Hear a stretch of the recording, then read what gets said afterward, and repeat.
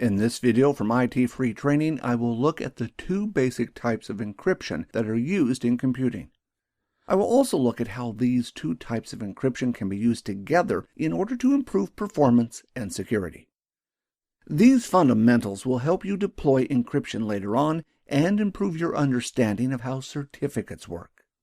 In today's environment, encryption is an important part of computing. In order to keep your files secure and have secure communication, you need to use encryption. Encryption is the process of taking data and encoding it into a form that cannot be read by unauthorized people. There are two types of encryption schemes that are used. These are symmetric key and public key encryption. First of all, I will start with symmetric key, as this is the easiest to understand. Symmetric key encryption uses the same key to encrypt data as to decrypt data. This generally makes it faster than public key encryption. The problem with this method of encryption is in order for data to be decrypted, the key must be available. This causes two problems. The first problem is the key needs to be stored securely. If an attacker were to gain access to this key, they could decrypt any data that key was used to encrypt. It is common for symmetric keys to be stored in a safe place and only accessed when required. The next problem is if another party needs to decrypt the information.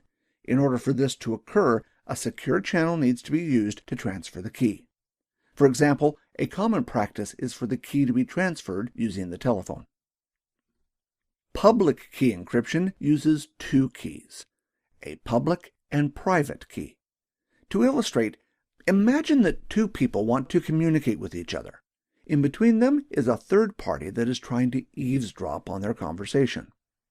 With traditional encryption that uses the same key, the problem is getting the key to the second party without the third party obtaining the key. With public key encryption, the public key is required to encrypt traffic, however, it does not need to be secured. If a third party were to obtain the public key, they would not be able to decrypt any data that was encrypted using it. In order to decrypt the data, you require the private key.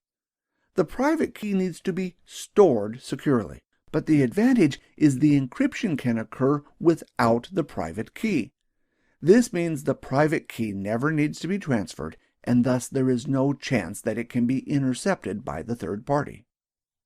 You may wonder exactly how a system like this can work. The mathematics behind it are complex and beyond the scope of this video, but I will give you a summary of how it works. When data is encrypted using the public key, it is done in a way where there is a large number of possible solutions available. In order to decrypt the data, you would need to test every single solution until you find the right one. Although possible, depending on how big the key is that is being used, the process could take 100 years.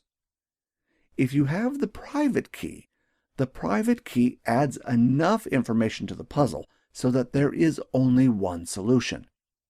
It is kind of like having a prize behind a series of numbered doors. If you know which door the prize is behind, it is easy to find the prize. Without this information, you are forced to try every door or choose one at random. Public key encryption is generally slower when compared to symmetric key encryption, and thus, even though it has advantages over symmetric key, you will find, for reasons of performance, symmetric key will be used instead of public key encryption. Like a lot of things in computing, it comes down to a trade-off between performance and security.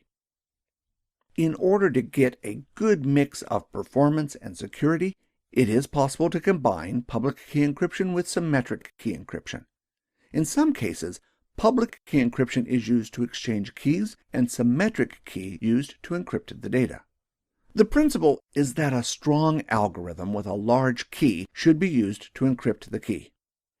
Public key encryption is very useful to perform key exchanges securely. Once the key exchange is performed, another encryption algorithm can be used that is faster and uses a smaller key. This could be another public key encryption algorithm or a symmetric key algorithm. The next use of public key encryption with symmetric keys is to protect the symmetric key. Encryption, like Windows file encryption, uses a symmetric key that is stored in the file. To protect the symmetric key, it is encrypted using a public key. This gives you a fast algorithm for encrypting files and keeps the key safe. Encryption systems like BitLocker use similar methods. This is why when you reformat a computer or delete a user, you may lose access to encrypted files. The new OS or user does not have the private keys that were associated with the user or OS that are required to access the symmetric key.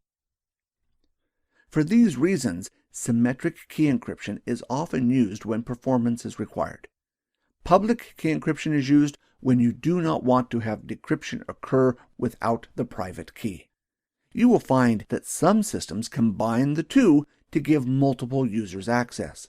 For example, Windows file encryption uses a combination of both encryption types so that multiple users, including recovery users, can access the symmetric key.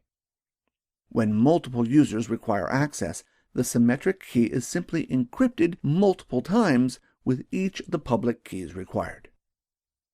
It should be pointed out that either method can meet the needs of data encryption and communication, but combining the two does give a good trade-off between performance and security.